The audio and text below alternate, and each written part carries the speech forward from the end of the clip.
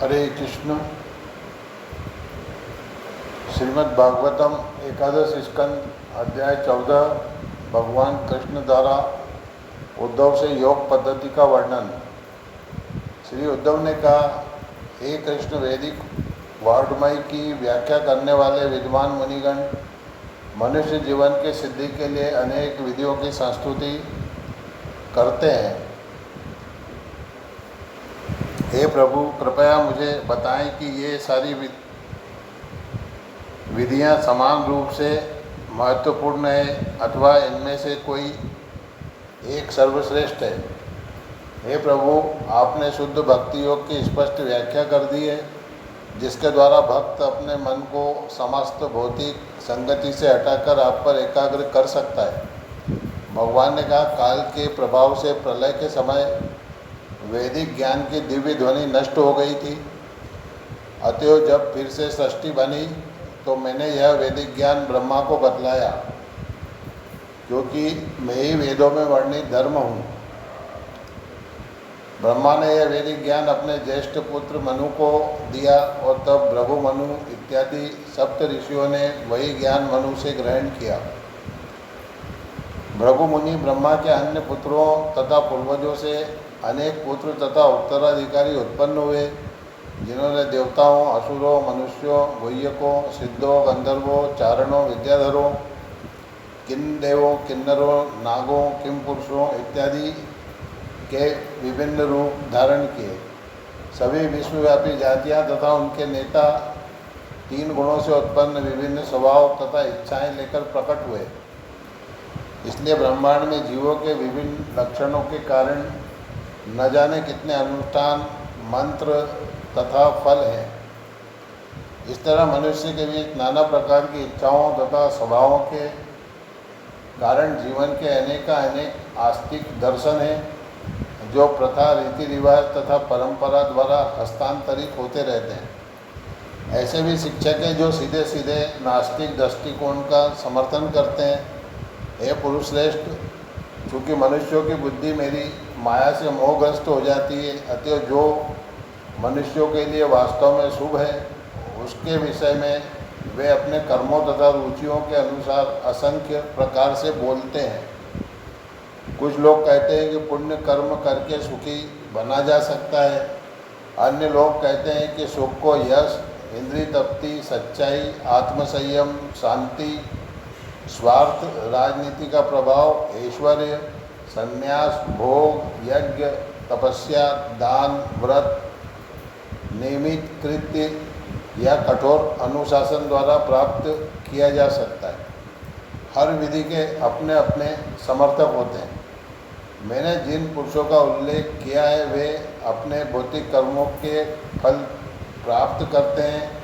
निस्संदेह वे अज्ञान पर आधारित जिन नगण्य तथा दुखमय स्थितियों को प्राप्त होते हैं, उनसे भावी दुख मिलता है। अपने कर्म फलों का भोग करते हुए भी ऐसे व्यक्ति शोक से पूरित हो जाते हैं। हे विद्वान उद्धव, जो व्यक्ति इंद्रिय तृप्ति के कार्यों में अनुरक्त रहते हैं वे उस सुख का अनुभव नहीं कर सकते जिसका अनुभव भौतिक इच्छाओं को त्याग कर निष्काम भाव से कर्म कर मुझमें अपना मन स्थिर करने वाले व्यक्ति करते हैं। जो इस जगत में कुछ भी कामना नहीं करता, जिसने अपनी इंद्रियों को वश में करके शांति प्राप्त कर ली है, जिसकी चेतना सभी परिस्थितियों में एक सी रहती है तथा जिसका मन मुझमें पूर्णतया तुष्ट रहता है, वह जहाँ कहीं भी जाता है उसे सुख ही सुख मिलता है। जिसने अपनी चेतना मुझ में स्थिर कर रखी है वह न तो ब्रह्मा या इंद्र के पद या उनके धाम की कामना करता है, न इस पृथ्वी के साम्राज्य, न निम्न लोकों की सर्वश्रेष्ठता, न योग की 8 सिद्धियों की, न जन्म मृत्यु से मोक्ष की कामना करता है। ऐसा व्यक्ति एकमात्र मेरी कामना करता है। हे उद्धव, न तो ब्रह्मा, शिव, शंकरषण, लक्ष्मी जी, न ही अर्चा विग्रह के रूप में मेरी आत्मा मुझे इतने प्रिय हैं जितने कि तुम हो।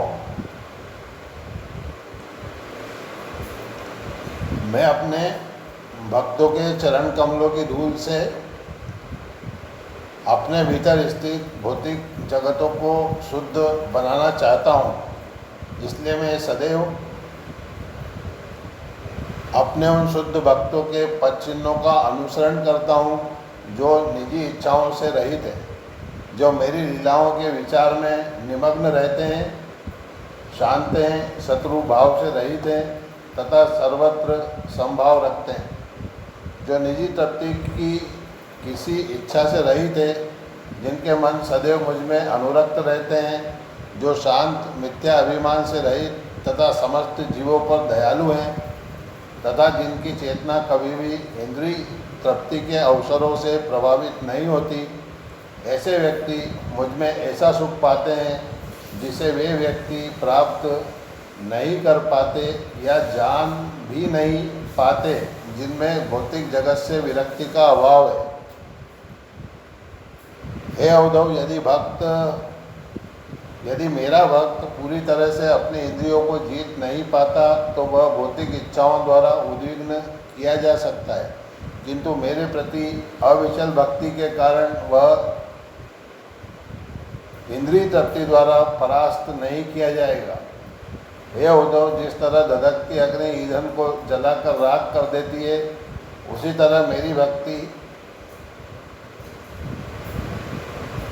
मेरे भक्तों द्वारा किए गए पापों को पूर्णतया भस्म कर देती है।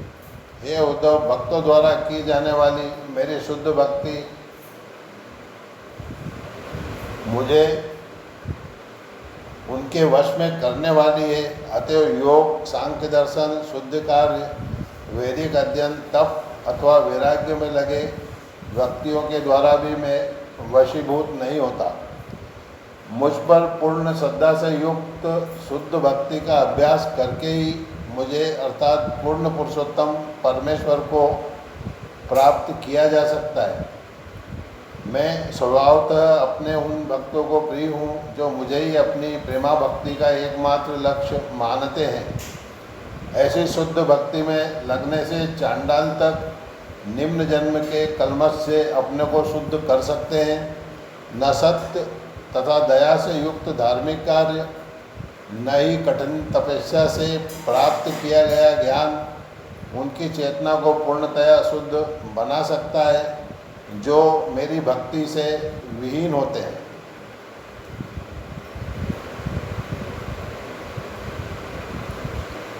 यदि किसी को रोमांच नहीं होता तो उसका हृदय कैसे द्रवित हो सकता है, और यदि हृदय द्रवित नहीं होता तो आंखों में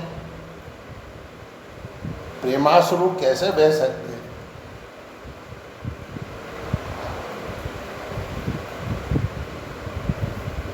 यदि कोई आध्यात्मिक सुख में गिड़गिड़ाया नहीं तो वह भगवान की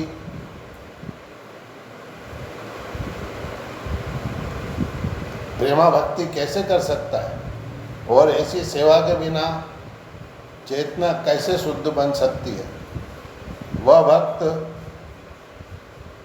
जिसकी वाणी कभी रुद्ध हो जाती है, जिसका हृदय द्रवित हो उठता है, जो निरंतर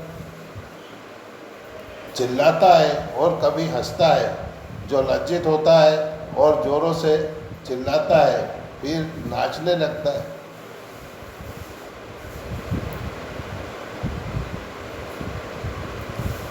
इस तरह से मेरी भक्ति में स्थिर भक्त सारे ब्रह्मांड को शुद्ध करता है। जिस तरह आग में पिघलाने से सोना अपनी अशुद्धियाँ त्याग देता है और शुद्ध चमक प्राप्त कर लेता है, उसी तरह भक्ति योग की अग्नि में लीन आत्मा पूर्व सकाम कर्मों से उत्पन्न सारे कलमश से शुद्ध बन जाता है और वैकुंठ में मेरी सेवा करने के अपने आदिपद को प्राप्त करता है। हरे कृष्ण। जब रुग्ण आँख का उपचार औषधि अध्ययन से किया जाता है तो आँख में धीरे धीरे देखने की शक्ति आ जाती है। इसी तरह जब चेतनामय जीव मेरे यश की पुण्य गाथाओं के श्रवण तथा कीर्तन द्वारा अपने भौतिक कल्मश को धो डालता है, तो वह फिर से मुझ परम सत्य को मेरे सूक्ष्म आध्यात्मिक रूप में देखने की शक्ति पा लेता है।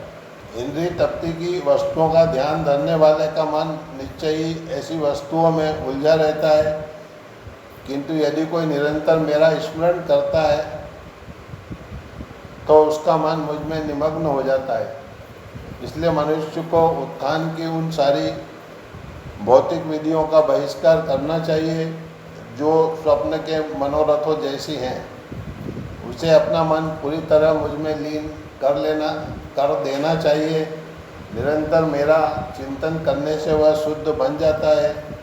नित्य आत्मा के प्रति सचेष्ट रहते हुए मनुष्य को स्त्रियों की तथा स्त्रियों से घनिष्ठता से जुड़े रहने वाले व्यक्तियों की संगति त्याग देना चाहिए।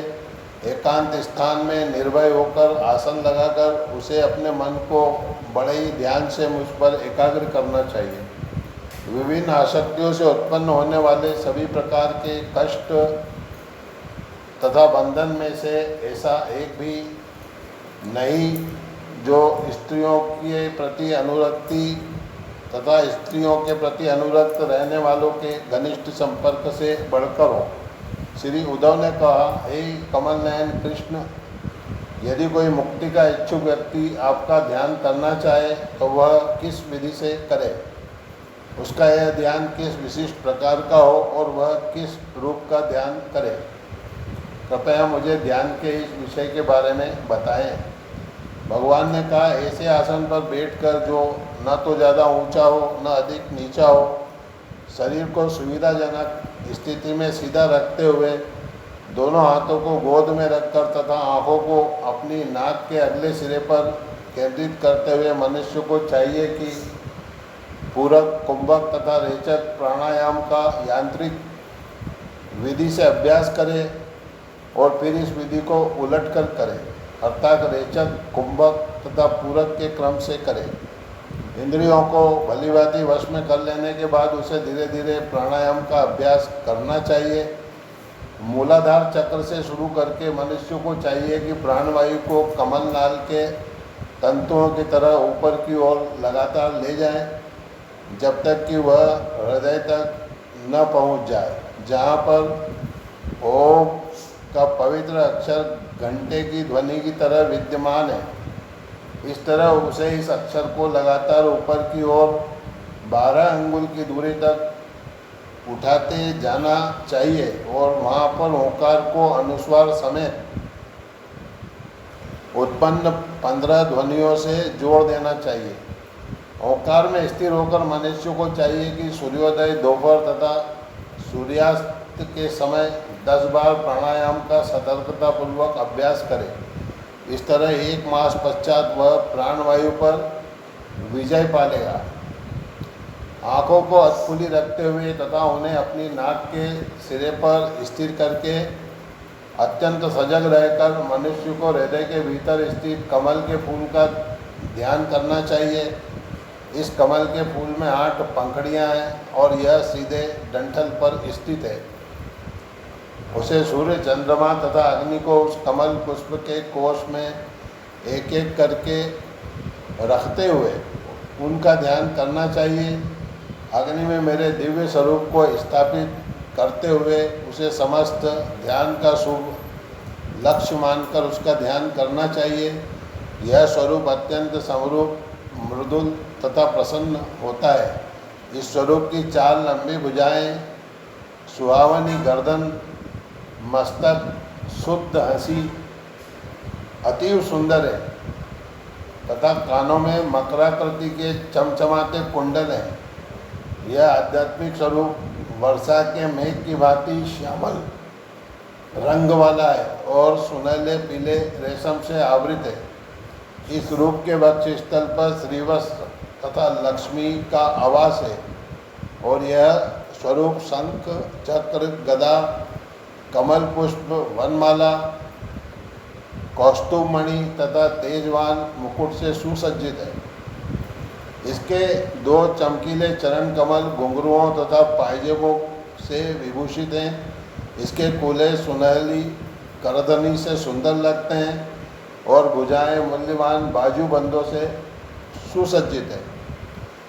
इस सुंदर रूप के सभी अंग हृदय को मोहने वाले हैं और मुखमंडल दयामय चितवन से सुशोभित है। मनुष्य को चाहिए कि इंद्रियों को इंद्रियों विषयों से पृथक कर मन को सारथी की तरह प्रबलतापूर्वक दृढ़ एवं स्थिर करके अपनी बुद्धि से मेरे अत्यंत मृदुल दिव्य स्वरूप का ध्यान करे। तब अपनी चेतना को दिव्य शरीर के समस्त अंगों से हटा ले। उस समय मुझे भगवान हरे कृष्णा उस समय उसे भगवान के अद्भुत हंसी से युक्त मुख का ही ध्यान करना चाहिए। भगवान के मुख का ध्यान करते हुए उसे चाहिए कि वह अपनी चेतना को हटाकर उसे आकाश में स्थिर करे। तब ऐसे ध्यान को त्याग कर वह मुझ में स्थिर हो जाए और ध्यान विधि का सर्वथा परित्याग कर दे। जिसने अपने मन को मुझ में पूरी तरह स्थिर कर लिया है उसे चाहिए कि अपनी आत्मा के भीतर मुझ भगवान को देखे और व्यष्टि आत्मा को मेरे भीतर देखे। इस तरह वह आत्माओं को परमात्मा से संयुक्त देखता है, जिस तरह सूर्य की किरणों को सूर्य से पूर्णतया संयुक्त देखा जाता है। जब योगी इस तरह अत्यधिक एकाग्र ध्यान से अपने मन को वश में करता है तो भौतिक वस्तुओं, ज्ञान तथा कर्म से उसकी भ्रामक पहचान तुरंत समाप्त हो जाती है। इस प्रकार श्रीमद् भागवतम एकादश स्कंद अध्याय 14 भगवान कृष्ण द्वारा उद्धव से योग पद्धति का वर्णन नामक अध्याय के भक्ति वेदांत श्लोकार्थ पूर्ण हुए। हरे कृष्ण कृष्ण कृष्ण हरे हरे, हरे राम राम राम हरे हरे, हरे कृष्ण कृष्ण कृष्ण हरे हरे, हरे राम राम